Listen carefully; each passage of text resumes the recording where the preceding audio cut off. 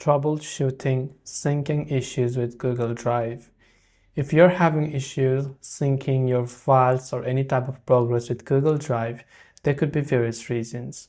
First, go to Google Drive website and make sure that you're logged into the correct Google account. The second is to ensure that you have got a strong internet connection. If you're using Wi-Fi, you can try to switch your cellular data if you're using on Android or mobile phone and see if that helps you solve the problem. Now make sure that the file is actually shared with you, because sometimes if a file is not shared with you, then you might not be able to see its progress. On the left hand side, go to shared with me and you will see all of the shared files that are available for you.